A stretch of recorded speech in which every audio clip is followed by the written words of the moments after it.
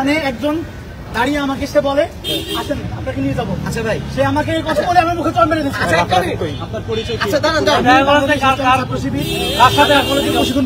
আচ্ছা ভাই, আপনাকে কি বলে তারা মারধর করলো? আমাকে তারা বলছে আওয়ামী লীগ করি। তারা কারা? তারা হচ্ছে এখানে কোন রাজনৈতিক দলের সদস্য কিনা? কোন রাজনৈতিক দলের সদস্য? তারা কোন রাজনৈতিক দলের সদস্য কিনা? আমি বলি, আমরা যখন এখানে আসছি আমরা আপনাকে চেক করছি না ভাইয়া? আমাকে কেউ সেভ করে নাই। সেভ করছে কি তাহলে? আপনাকে সেভ করছে কি এতক্ষণ?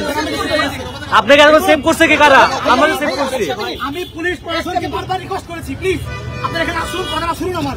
তারা আমার কথা শুনে নাই ভাইয়া, আমাকে আঘাত করছে। আরে আমরা সেভ করছি ভাই। আমি এখানে যাবো। আপনাকে সেভ করছে, আপনাকে আমার সেভ করছে ভাই। কে সেভ করছে? আপনাকে সেভ করছে। আপনাকে আর কে সেভ করছে তাহলে? মিথ্যা কথা বলেন কেন আপনাকে তাহলে? তাহলে আপনাকে কে সেভ করছে তাহলে? কে আপনাকে মিথ্যা কথা বলতেছে? অবশ্যই আপনাকে সেভ করছে কি তাহলে? এখানে আরেকজন আমি সেভ করছে আপনাকে এক্সট্রা পয়সার জন্য। হ্যাঁ স্যার, আসাম স্যার ভালো মানে বলতে পারেন নি আপনারা। ধানমন্ডি 32 অবস্থান নেওয়া যারা রয়েছেন তারা। দর্শক, আমরা দেখতে পাচ্ছি যে এখানে একজন ব্যক্তিকে কিন্তু মারা হয়েছে।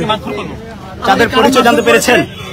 যারা আমি জানি না রাজনৈতিক পরিচয় আছে কিনা? এখানে যারা উপস্থিত ছিল, এখানে যারা এখনো আপনারা গেলে পাবেন। ঘুমটা নামান না ভাই। ভাই ঘুমটা নামান একটু। তাদের পলিটিক্যাল আপনাকে কেন মারধর করা হলো? আমি এখানে এসেছিলাম, আমি বলেছি আমি কলাবাগান আমার বাসা, আমার কলাবাগান ফার্স্ট টাইম আমার বাসা। একথা যখন আমি বলছি তখন তারা আমাকে আপনি কি প্রথমে আপনার রাজনৈতিক পরিচয় দিয়েছিলেন? আচ্ছা আচ্ছা, সাধারণ মানুষ যাতায়াত করবে, কেন রাজনৈতিক পরিচয় দিবে? আমি বলেছি আমার বাসা ওই পারে, আমি যাবো। এখন আপনি কি থানায় কোন ধরনের পদক্ষেপ নেবেন কিনা যারা আপনার উপর হামলা করেছে? কিভাবে নিব বলেন? ওখানে যারা প্রশাসনের লোক ছিল, এখন যারা আছে ওরাই। কোন থানা? আমি তাদেরকে স্পষ্ট করে বলেছি কোন থানা? ধানমন্ডি। আমাকে আঘাত করছে, আপনারা এখানে আসুন। তারা ওখান থেকে কোনো ধরনের নাই। এই প্রশাসনের বিচার করতে হবে, কেন তারা এই কাজ করলো?